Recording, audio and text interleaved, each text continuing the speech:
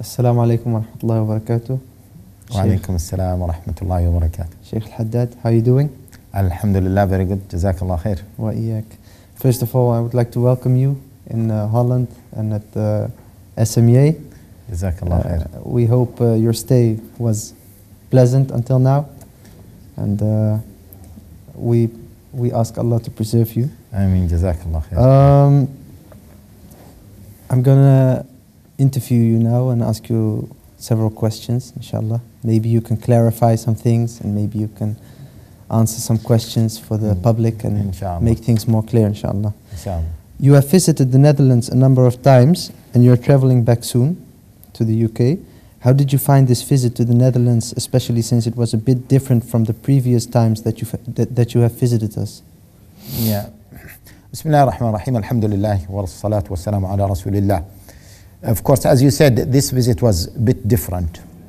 And I was not expecting the media hysteria that took place during this visit. And I knew that there will be something, but I was not expecting it to be like this at all. And you know, in the airport, it was, subhanAllah, strange. Even I read it yesterday in one of the website, I think a magazine or a newspaper, where they said that a small army of journalists, photographers, and others were receiving Sheikh Haitham Al-Haddad, the extremist clerk, in the airport. And that was true. The minute I left the exit of the hall, I guess more than 25 camera men came around me. Is that shocking for you? No, in the beginning, and I don't want them to just come all of a sudden, so I was saying, just hold on for maybe 1 second. And then I came forward because I didn't want them to take negative photos of me. Yes. So maybe just for maybe 1 second, I said, wait a minute, and then when they jumped around me and they start photographing me and recording me, and then they started to pose questions. So I came forward, and alhamdulillah, by the grace of Allah Jalla wa Ala, I managed to handle them very well. They asked me all sorts of questions that you can imagine. And I think we stayed in the airport for around 40 minutes. It was like a proper interview. Yes. They told me, one of the questions they asked me, and have you expected this?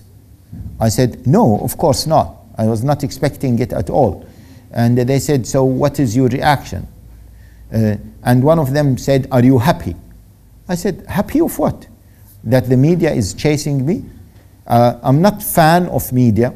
I'm not a big celebrity. I'm just an ordinary person. I'm just an ordinary Muslim. Why is this media creating this big hysteria, big row around me? I don't know. And it is not good for a Muslim to look for fame and to look to be known. You know, the uncle of Al-Imam Ahmad, he said, one time I visited Al-Imam Ahmad and I found him sad. So I said to him, why are you sad? So he responded to his uncle by saying, I wish if I am not known. I wish if I am not known. This how people should be. Bishr ibn al-Harith, he said, hide your good deeds as you hide your bad deeds. Imam Shafi'i, No. I know, but just for people to benefit. Imam Shafi'i, he said, I wish if people relate or take this knowledge from me and do not attribute anything from it to me.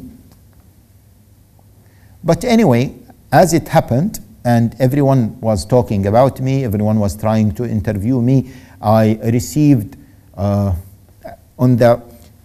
just before I landed, the 2 days, just the 2 days before I landed in Holland, I received maybe more than 15 requests, or 10 maybe, more than 10 requests to carry interviews.